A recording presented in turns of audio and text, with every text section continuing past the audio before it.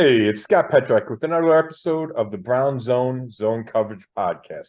The Browns lost 36-19 to the Rams on Sunday, completing a 9-day trip out west with an 0-2 record. The Browns have lost two straight for the first time this season, but are 7-5, still in a wild card spot, and may have found their quarterback for the stretch run in Joe Flacco.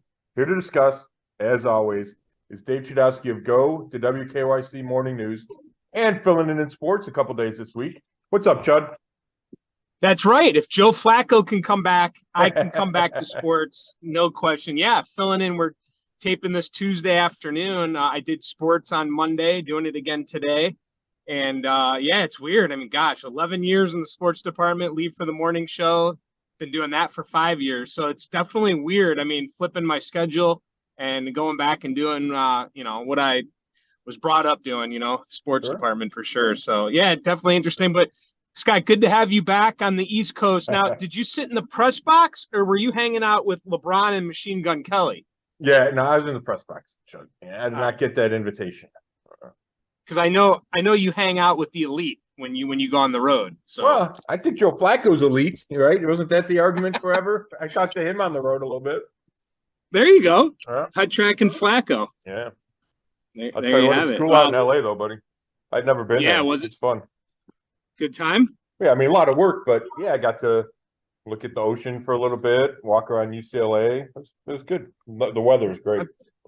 Yeah, that's what I hear. I talked with, Sean that works at Channel 3. Yeah. He said he was right by you the whole time. He said the weather was outstanding. I saw him. He got in late last night when I was there after the 11 o'clock, and he said the traffic was brutal, though. Yeah, I think I only drove a couple places. So it caught up to us once. I was jealous of Sean. I think he got around to golfing. I did not get around to golfing.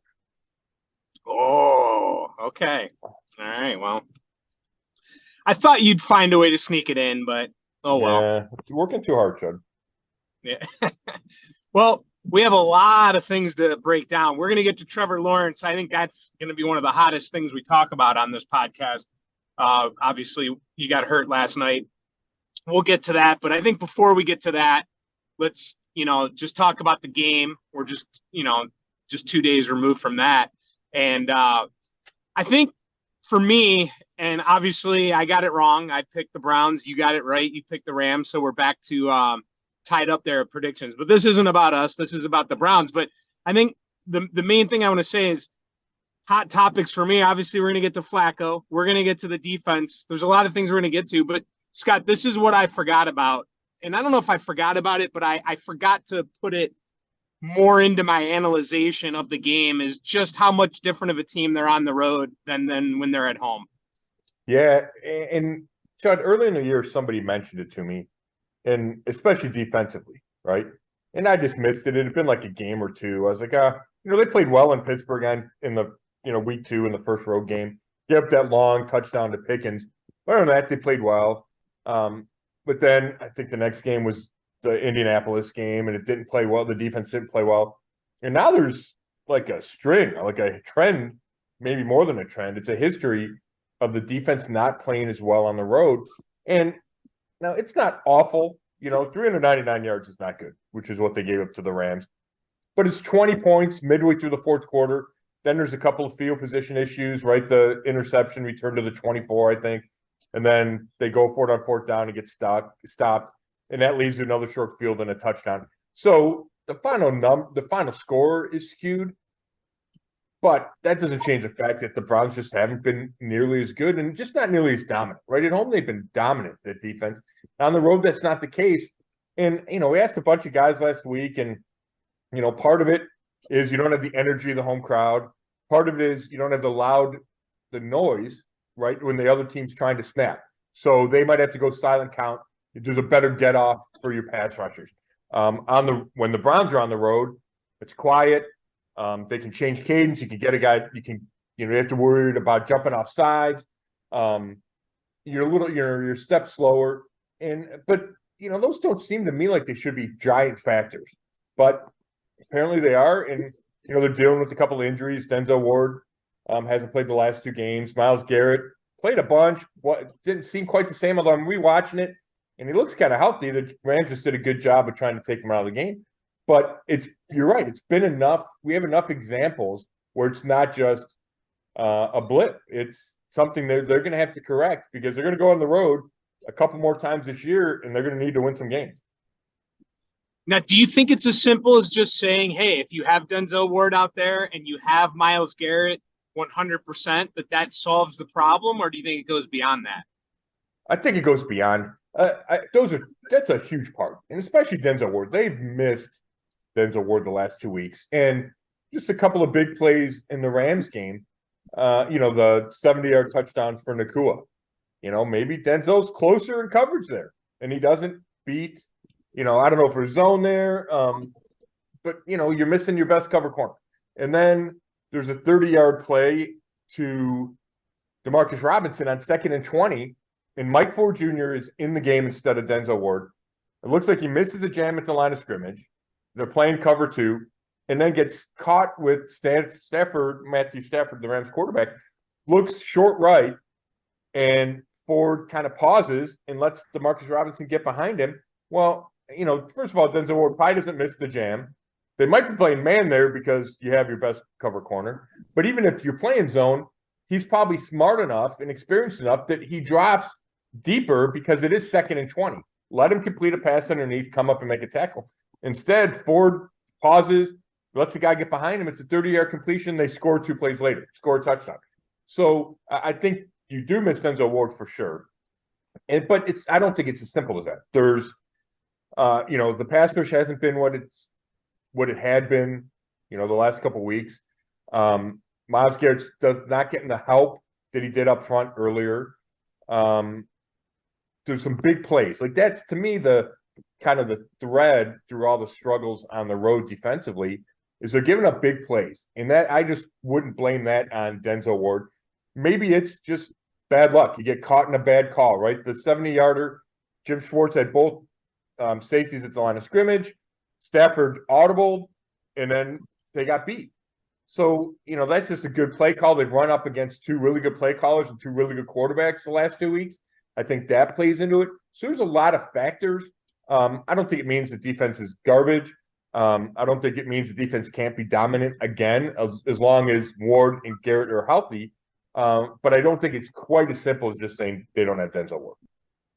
Yeah, they've been giving up big plays all year long. And when I made my prediction for them to win, I said the defense would step up. And, it's kind of like last week how you felt after you got your pick wrong. That's how I feel after I got my pick wrong. It's how you feel, after the game, after you see it play out, and you're disappointed because what I hoped they would do, what I predicted they would do, they couldn't do it. So I'm skewed now. Right?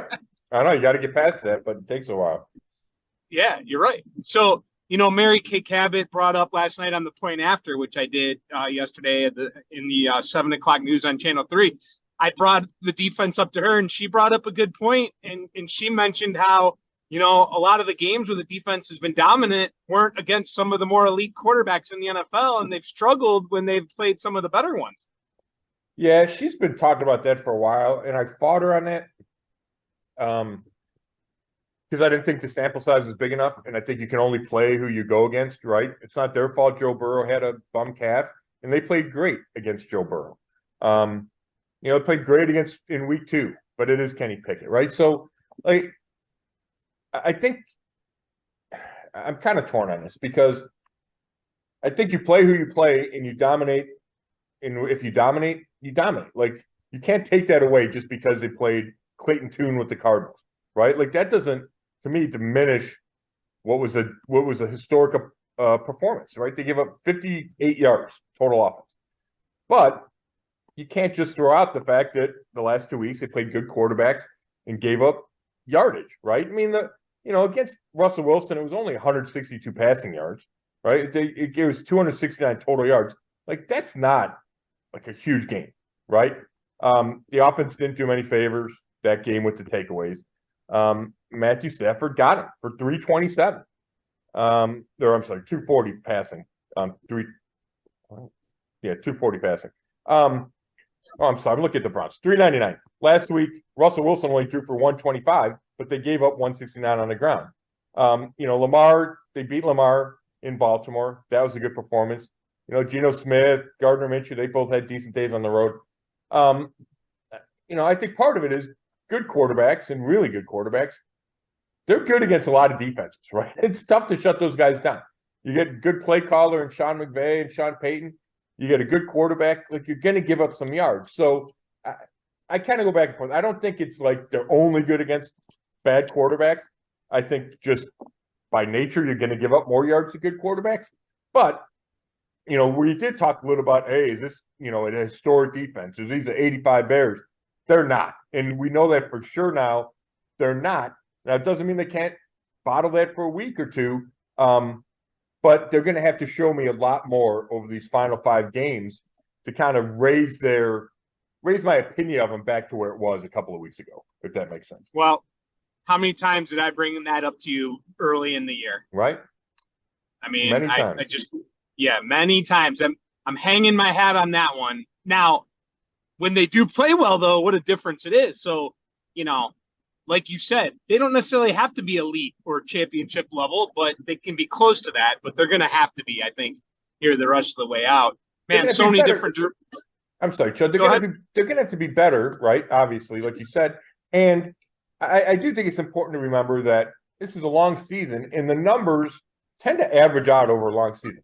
So they're still first in the league in defense. They're still first in the league in passing defense, right? Like, they give up 279 to Stafford, and then it's 125, 77, 200 to Lamar, 17, 248, 288, 107. Like, they haven't given up 300 yards passing yet this season. So while it wasn't great last week and 279 is too many, you know, you do have to take a little bit of a longer view. So in 2023, they have the best yardage defense and the best yardage passing defense. It hasn't been perfect. It still needs to be better, and you need to be better against everyone. But it's not bad. You know what I mean? Like, I just feel like prisoner of the moment. Oh my gosh, this defense. Well, it's really still really good. Yeah, enjoy the process. It's better than most defenses we've had, and you know, go from there. So, yeah. Well, that's a lot of talk on the defense. Let's move on to Joe Flacco now. Surprised we waited this long, but I had, you know, to me, the defense was the top story in the game because they lost. Had they won, Flacco would be the top story. Yeah. And now, Scott, I ask you, will Joe Flacco be the starting quarterback this Sunday? He better be, Judd. And I expect him to, right? I think Kevin Stefanski was, you know, Kevin Stefanski gets it after the game, and I understand after the game you don't want to say anything. He gets it Monday. I understand a little bit less why he doesn't want to answer. But there's reasons. You know, Dorian Thompson-Robinson is still in concussion protocol. You know, so maybe you want that information. Maybe you just want to sit down and talk to DTR and Joe Flacco before you make the move. You want to re-sit down with your coaches before you announce it publicly. And any delay in letting the Jaguars know who's the starting quarterback could be beneficial, right? If they have to prepare for Flacco and DTR, those are 2 different type of quarterbacks, right? So if there's any doubt in their mind about who the starter is, why not let that doubt linger? But there's no way it should not be Joe Flacco. He should be the starter. And I am convinced that Kevin Stefanski will go that route. He just threw it too well. I think he opens up the offense. I mean, we talked the last couple of weeks, right, about when DTR is in there, the field shrinks, right? The defense is compressed. It's harder to run. Defenses aren't scared. They put bigger bodies in there to stop the run. And it took Joe Flacco one drive for you to go, okay, well, defenses can't play him the same way. Because he can throw it over the top. He can throw it to the sideline. It creates more space, which will be better for the run game. And we saw that start in the second half. First half, the Browns didn't run it. Second half, they did. And I think that's a direct correlation to adjustments the Rams made because now they realized they had to protect against Flacco throwing the ball. So, yeah, it has to be him. It should be him. It should be him until he struggles for an extended period or he gets hurt. Otherwise, it's Joe Flacco. And, you know, I wrote this the other day, Chud, and we probably talked about it. It felt like when they signed him to the practice squad November 20th, that eventually he would get a chance, right? And you're kind of looking at the calendar. When's it going to be? And part of that was, well, if DTR struggles, then Flacco takes over, right? When DTR gets hurt, it just expedited things, sped up the process, And now he's in there, and when he played the way he did, it just affirms to me that if you're going to get to the playoffs and you're going to hope for anything to happen in the playoffs, it's got to be with Joe Flacco as your quarterback. As crazy as that would have sounded, a month ago, 6 months ago, 8 months ago. Yeah, and here's the thing. I go back to what I said last week about if DTR was healthy, I could see where Stefanski maybe would want to go with him because he's his guy now. But I've thought more about that, and now that we've seen visually that Flacco can do it, because there was concern. Every expert, we talked about it last week. We didn't know for sure how he would do, but now that we saw what he did, and I started thinking about this more, it's not like DTR is your starting quarterback, right? I mean, it's Watson. So it's not like you're not going back. He's a rookie, and you can explain to him, hey, you need to learn more. You need to watch the process. You can learn a lot by watching Flacco. So I have no problem at all sticking with Flacco. We all saw what he did, and we know he gives this team the best chance. Correct. And there are doubts about Flacco, and this is not to say that he's going to be great and he's going to win 5 in a row and lead him to the Super Bowl, right? We don't know how that's going to play out. But what we did see, we knew he could throw it. I don't think that ever went away. He knew he could throw it. He said he could throw it. We saw it in week 2 last year when he threw those 2 touchdowns to beat the Browns with the Jets. But at 38, with a long layoff, right? He hadn't been on any team this year. He had to show that he could still process quickly, and maybe even more important, because he's smart, right? You would think he could still do that. He had to have the ability to move enough. And he's never going to run for a bunch of yards. He's never going to be an escape guy in the pocket. But they ran a bunch of play action with him and a bunch of play action rollouts. And he had to prove that he could do that. And he did. And he was successful. He threw it while he was moving a little bit. I thought he showed you everything you needed to, including that kind of explosiveness, right? The ability to take that first step and get moving on those rollouts, on those bootlegs, that you match that up with the arm, and that's what the Browns need to run the offense Kevin Stefanski wants to run. And it's back to being that offense in 2020 and 21, right? A lot of the play action, a lot of under center. It's a pretty big switch from what they did with Deshaun Watson, just because their styles are so different as quarterbacks. Yeah, and I want to put something into perspective. I said this on the air yesterday, and it's kind of my opinion, but, Flacco, for us, it's an upgrade because of what we're dealing with. I mean, we're on to our 4th starting quarterback. Now, people might wonder, why hasn't Flacco in the NFL? Why hasn't he been playing? Or, why was he still available, or this or that? But let's be honest. If it was the Bills or the Chiefs or the 49ers or the Eagles or teams like that, they wouldn't be as excited about Joe Flacco coming in. Yeah, that's probably fair. Yeah, right. That look who he's replacing. Yeah, I'll give you that. But as you watch all these quarterbacks get hurt across the league, right? And we're going to talk about Trevor Lawrence, and we watched Jake Browning have a great game on Monday night for the Bengals in place of Joe Burrow. You look at what's going on with the Giants. Joe Flacco is good enough to be in this league, right? So it's probably salary, it's probably age, why teams don't have him on the roster. But at the level we are in the NFL, right? Joe Flacco's an NFL quarterback right now at 38. So there's other factors. It's whether or not he thought he wanted a chance to start, and that's where he would sign. It's whether or not the teams just decide to go young, right? It's cheaper to go with the young quarterback. You like it. You want to develop a guy. I mean, the Browns did that with, DTR. But watching Joe Flacco yesterday, right? I mean, is he, not to jump too far ahead, but is he better than C.J. Beathard, who's going to replace, or who replaced Trevor Lawrence when he got hurt last night? I think you can make that argument, So it's just interesting how teams decide to build their quarterbacks. But you're right. I mean, yeah, where is he? Is he capable of replacing Patrick Mahomes and being the same player? No. Right. If Josh Allen gets hurt, man, Joe Flacco's a huge drop-off. But the Browns have had the worst quarterback play in the league, right? All season long.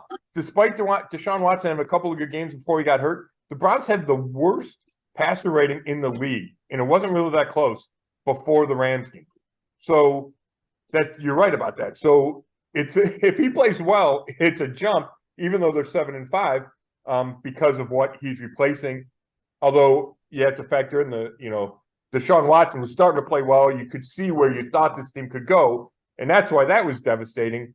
But given the other options, it's clearly Joe Flacco. Yeah. I got a text from someone this morning, Scott. They're like, what's with the Flacco onto the practice squad? Yeah, well, I mean, eventually that'll change, and we knew that from the jump.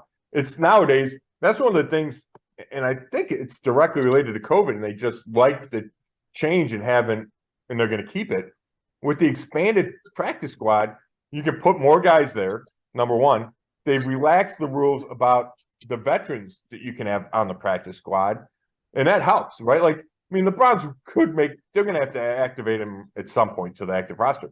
But just the fact that they elevated him Saturday for Sunday's game means you don't have to cut somebody, right? And, all these roster spots are precious.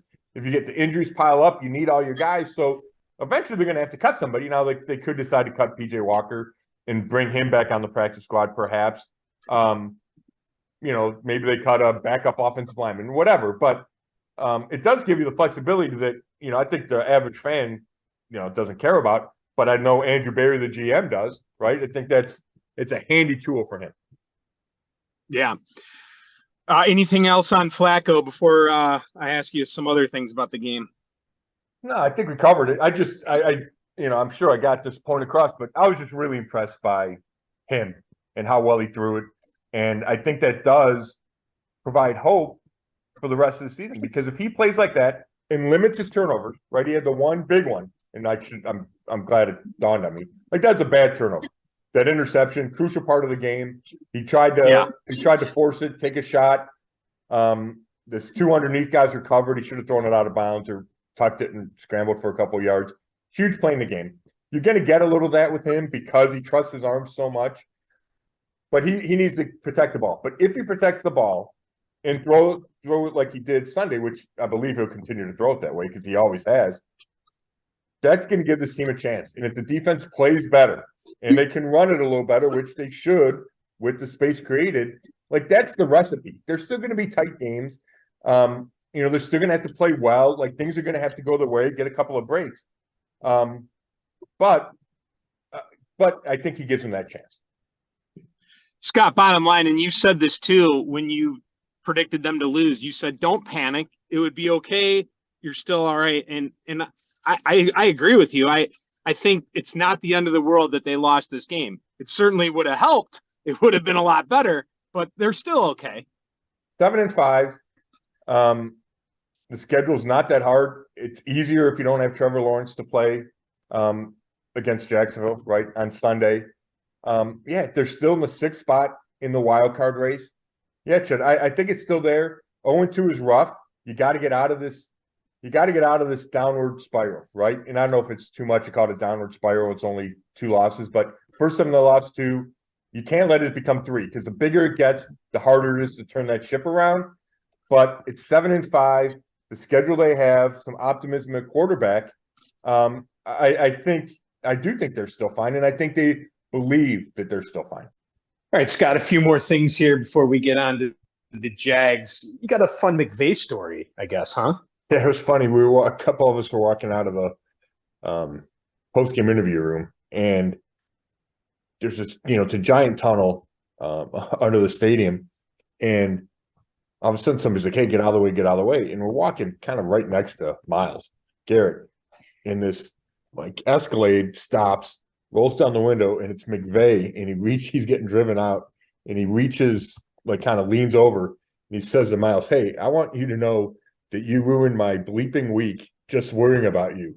And then Myles reached in the car, and they shook hands or whatever, and then McVay drove away, and then Myles got a cart and drove away. But I just thought it was funny because, Myles didn't have a sack. He didn't have a tackle for the first time, at least this season. And I'm rewatching it, and they just pay so much attention to him. So that's true. Garrett ruins every opposing coach's and play caller's week.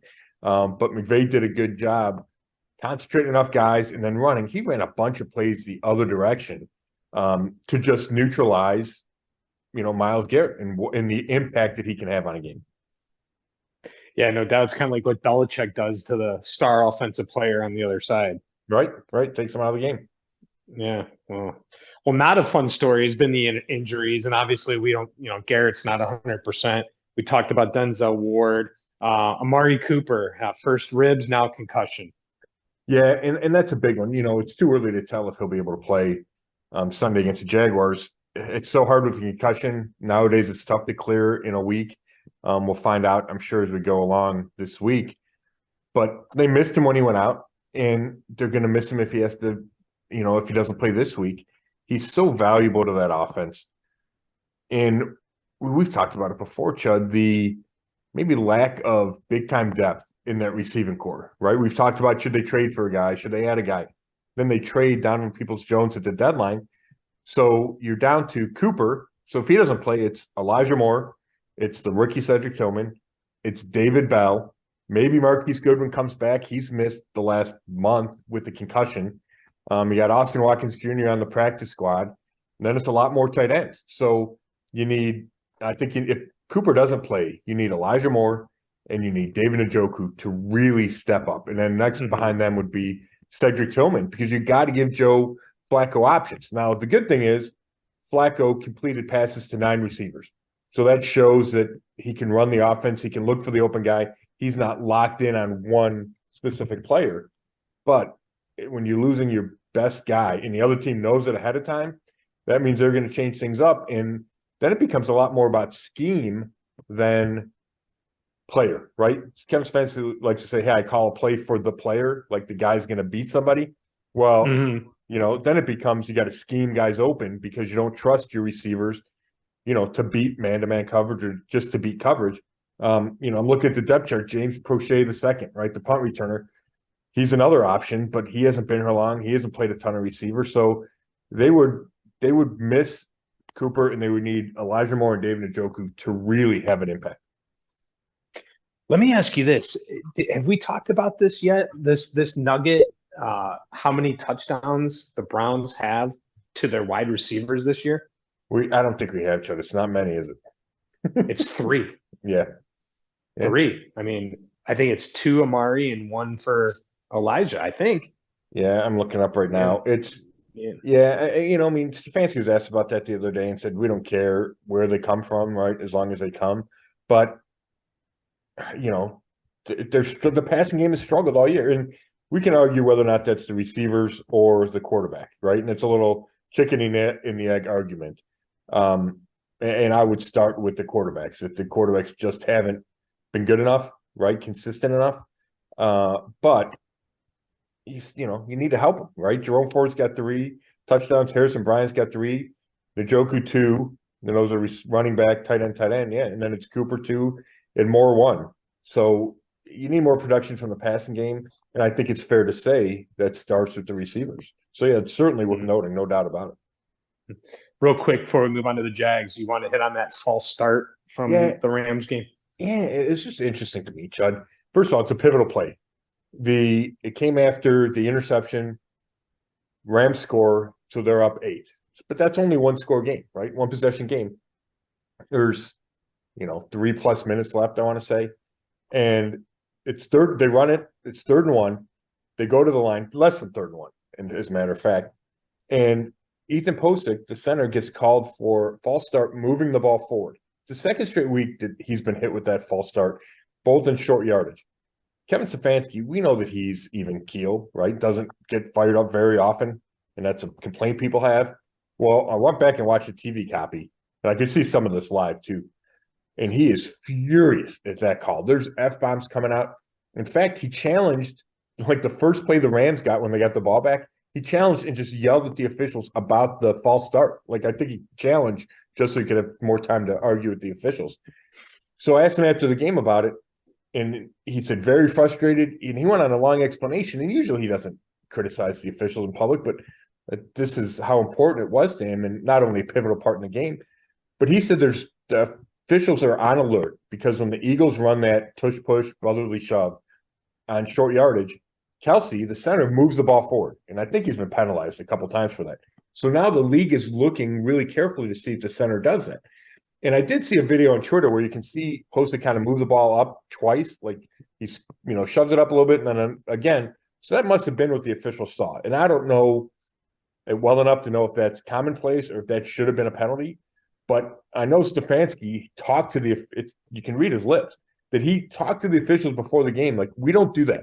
That's not something we're looking to do. We're not sneaking it there. Like, he was adamant that that's not what they teach. That's not what Posey does. They weren't going to sneak there, so they're not caring about those 4 inches. If you're handing it to the quarterback and he's turning around, that the center ball placement doesn't matter. Now, maybe he's just saying that, and maybe Posey was trying to get away with something there. But I just thought it was interesting because there's such a big point in the game. Then they got a pass, and they throw 2 incompletions. Rams get the ball back. The game's over because they score again. But he was adamant that they did not do anything wrong. Yeah. All right, you ready to talk Jags? Yeah.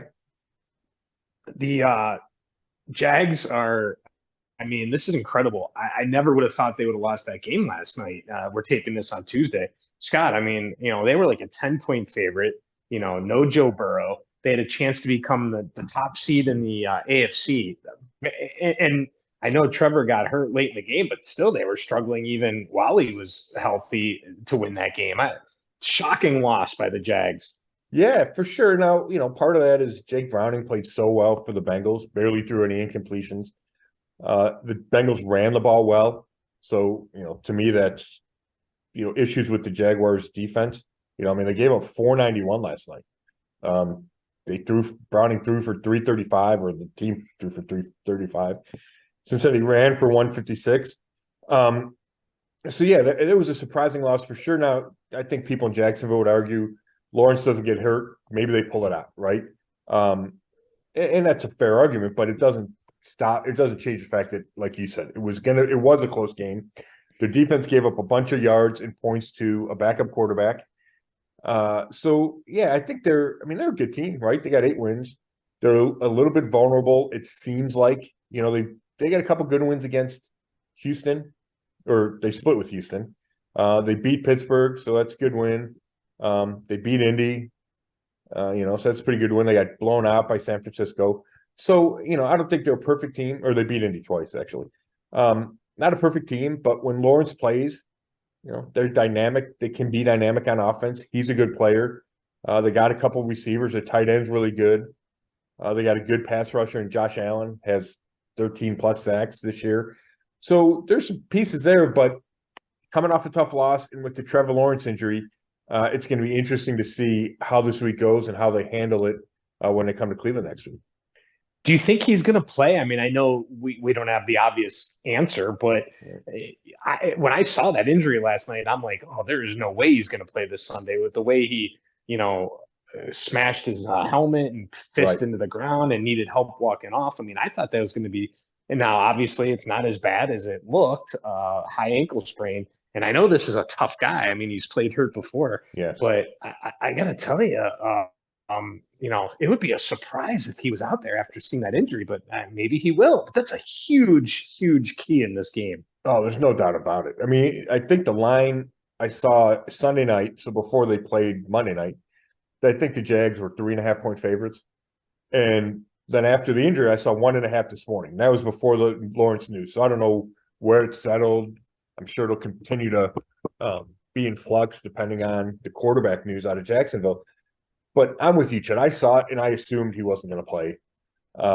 The Peterson calling it just a high ankle, nothing more, not putting a timetable on a return, not ruling him out, certainly leaves the door open.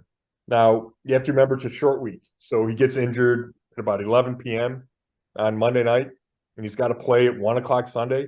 That's one less day to heal. It's one less day for all the therapy that, the pro athletes do, and the ice and the cryotherapy and all that stuff, right? So one less day of that.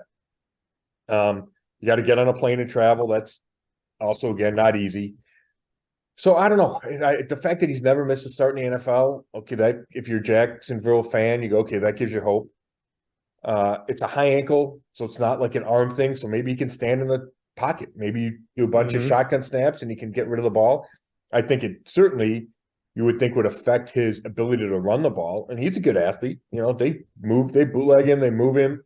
He gets out of the pocket sometimes. He's rushed at 56 rushes this year, 248 yards and 4 touchdowns. So that's an element of his game, which you would assume, even if he plays, is not there. So I don't know. Right now, I would say no, Chud, because he doesn't play. Because high ankle sprains are difficult. And we know that, and if you watch the league. The only reason I'm hedging it all is I got 2 reasons. One, remember when Deshaun Watson hurt the shoulder and he had the high ankle against Baltimore? He thought without the shoulder, he would have been able to play through the high ankle. Now, obviously, we don't know if he could have because the shoulder made it a moot point. He was still in a boot on the sideline that weekend watching, so that makes you think he wouldn't have been able to play. But boots, guys are in boots a lot just for precaution and protection. And then Jerome Ford had a high ankle and played the next week this year, and he's a running back. I think it was out in Seattle. Now, he didn't play a ton, but he's a running back, and he moved okay when he got in the game. And it was less than a week. It wasn't the worst of a high ankle, but it was a high ankle. So I would never say never. I would lean toward he doesn't play. But that's obviously going to be huge as we continue to prepare for this game heading into Sunday. Yeah, no doubt. Have you ever put your money on Beathard versus Flacco? Right? Oh, my gosh. CJ Beathard, he's 30 years old. He's 2-10 as a starter. Last time he made a start was in 2020 with the Niners. It looked okay yesterday. Came in, I think it was 9 for 10 for 63 yards. But, you know, when you're trying to find these, I think we talked about this at the start of the show, when you're trying to find these wins for the Browns in the last 5 games, right? How can they get 3 wins? How can they get 4 wins? The other team having a backup quarterback is one way to do it. And the Browns, if Lawrence doesn't play, they could have a backup with the Jaguars, a backup with the Jets, right? Because I don't think Aaron Rodgers is going to come back if they're out of the playoff picture, and a backup in Cincinnati. Doesn't guarantee anything, but it certainly gives you a better shot if you're the Browns, who, of course, are playing with a backup in their 4th starting quarterback of the season.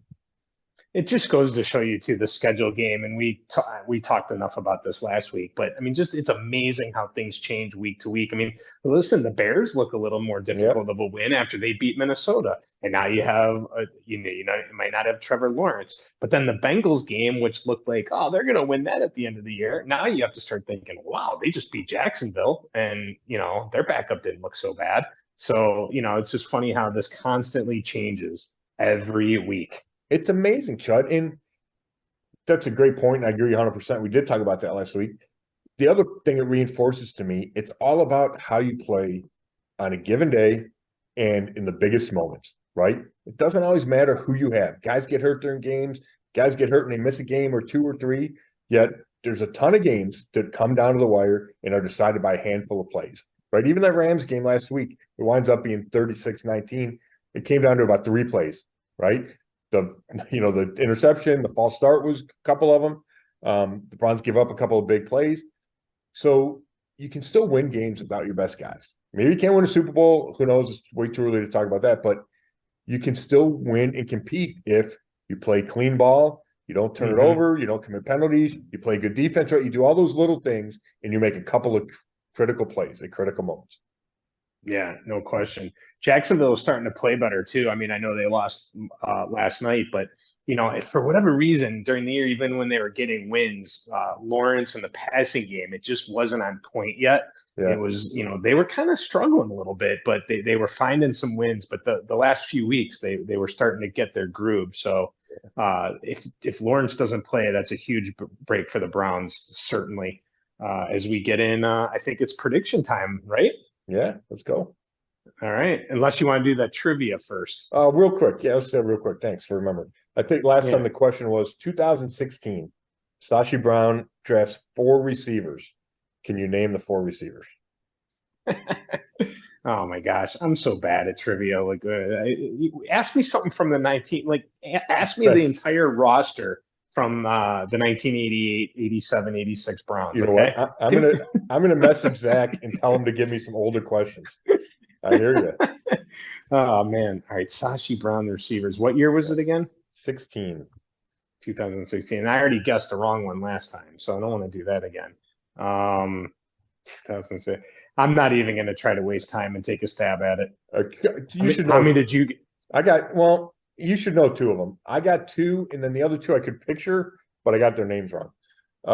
So I kind of count that as a win. Corey Coleman. Okay. Right. Okay. Yeah. Corey Coleman, right? Gosh. Bad first round pick. You want to know why I didn't get that? Because I've totally put him out of all of my like brain thoughts and anything. Terrible pick. Right. Rashard Higgins was the best of the four. Okay. Yeah. And then it was Ricardo Lewis, who I always liked. He was a nice guy, big dude, never did anything. He battled injuries. He got hurt early. Mm-hmm. And then Jordan Payton, like a 7th round pick out of UCLA. Yes. So there you go. Gosh, I am having flashbacks to being in the sports office in 2016. Okay, right? Yes, because now that I hear those, I gotta get better at my bad Browns team trivia. All right, so here's one for next week, and then I'll tell him to give us some retro trivia. Yeah, Ben Roethlisberger went 26-1 in the regular season against the Browns. Who were the 2 starting quarterbacks to beat him? Think about that. I read this question and the answer did not immediately come to mind, so I'm going to have to do some thinking on that too. Okay. All right. That's a good one. All right. So there we go. Finally squeezed in trivia. We've been too busy to do that. Yeah, that's good. I like that. All right, prediction time. Let's see. Congratulations, you got it right last week. That bumps Petrak up to 8-4. I am 8-4 with the loss. So I picked the Browns. So you and I are both 8-4, and the Browns are 7-5. So I went first last time. So you get to take the first stab at it this time. All right. I'm going to assume Trevor Lawrence doesn't play. That's factored into my pick. So as always, keep an eye out on Twitter as the week moves along. But I'm going to assume he doesn't play.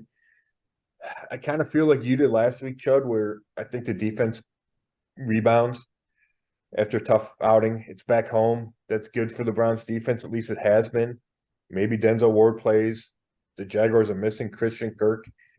So I'm going to go Browns 20, Jaguars 13. Okay. All right. 20-13 Browns. Yeah, and I think you talked about the line. Well, I know you talked about the line, and I saw it today. Let me look up. I can look right now. Yeah, where'd you see it going up? I saw the Browns are now -3. Oh man, that's big. That's it's almost like a 7-point swing with Trevor Lawrence. Wow. Isn't that incredible? Yeah. It's like a touchdown swing. Yeah. I saw 2.5 Jags yesterday. So you saw 3? I thought I saw Sunday night 3.5. You know, when they sell like those like the opening lines, I could have sworn I saw it. Yeah, that's pretty impressive. I mean, that maybe it was even 2.5, right? Yeah, I'm kind of surprised. I don't know. Yeah, I'm trying to think if I'm surprised the Jags were a 2.5 for a 3-point favorite on the road against the Browns. Are pretty good at home, but I mean, do I think the Browns are a better team? I'm not saying that necessarily, and the Jags could have been the top seed had they won that game. But yeah, all right, makes sense. So now the Browns are -3. I'm glad you brought up Christian Kirk. That's a huge injury for them with their receiving, because one thing about the Jacksonville offense is, if you go and look, Calvin Ridley, he is much better when Zay Jones is out there. When they have 3 receivers, their offense is clicking. It's incredible. It's like, remember I told you the 49ers, I really believe Deebo Samuel is a huge factor in that offense to have to worry about him along with the other guys that they have. And when he was out injured, they were struggling a little bit. Now they had some other injuries as well. But I feel like the Jacksonville offense needs those 3 receivers to really be clicking. And that's a big loss to lose Kirk. I mean, he's a reception machine for Lawrence. So that's a big loss right there. And then if you take Lawrence out as well. So, hey, we all know anything can happen in the NFL. But I'm going to side with you that the defense plays better. And I just think back at home. And I think this is a game the Browns need. I think if they string 3 losses together, that's going to really be tough then down the stretch with just then 4 games to go. Now you have to go. If they lose this one, right, we have 5 games left, and they'd have to go 3-1, right? Correct. So right now we're looking at 3-2. Not saying they couldn't do that, though, because this is one of the more difficult games left. But it is a home game. Yeah, they need to get this one. So I'm gonna go with the Browns, and I'm gonna go 16-13. Okay. Browns, 16-13. Did you see the over-under? I'm No. going to sneak. Yeah, take a stab at this. Ooh, Take a guess. 36. Scott, right now it's 30.5. Oh my God, 30.5. That's Yeah, crazy low. I know. It's incredible. So I'm going to go right around that area and go 16-13. That's the main reason why I'm picking that score is the over-under. Wow, that's crazy. Yeah, I mean that's a good score. You know, I mean, Joe Flacco in his second start, who knows what's going to happen? Jaguars got a pass rush. We'll see if Jed Wills is back this week. I doubt it because it originally seemed like a 6-week injury, but he has missed the mandatory 4 on IR, so we'll see if he practices this week, which would help. You would think the pass protection and the run game. But yeah, that's a good pick, Chud. I mean, right around that score. I like, and you make a great point about the receivers, the 3 receivers for Jacksonville. I think Troy Aikman mentioned that Zay Flowers, when he finally came back, that's when it took off. And then if you take Kirk out of the lineup, which he's going to be out of the lineup, it's back to just 2 again. That's big. That's big for them. Yeah, Jones. Zay, what did I say? Flowers? Yeah, Flowers, I get my Zays confused. Right, Zay Jones. Yeah. You're heading to the Ravens. My God, thank you, Chug. Yeah, no kidding. All right, so let's hope we both come up big here with our prediction because we need it, man. We need this. We need the Browns to move to 8-5. Yeah, that would put so much pressure on that Chicago game, right? You could feel it. You could feel the tightness if they don't win this one. So it's a big one. Obviously, it's a big one. Yeah, good point. So perfect. Hey, Chud, thanks as always. I appreciate it. I know you're back into sports the last couple of days, so it's good to hear that. Good to see that, and then good to have you on here again as always. So thank you very much. Thanks everybody for listening. This has been another episode of the Zone Coverage Podcast, and you can read all my work at brownzone.com. Thanks.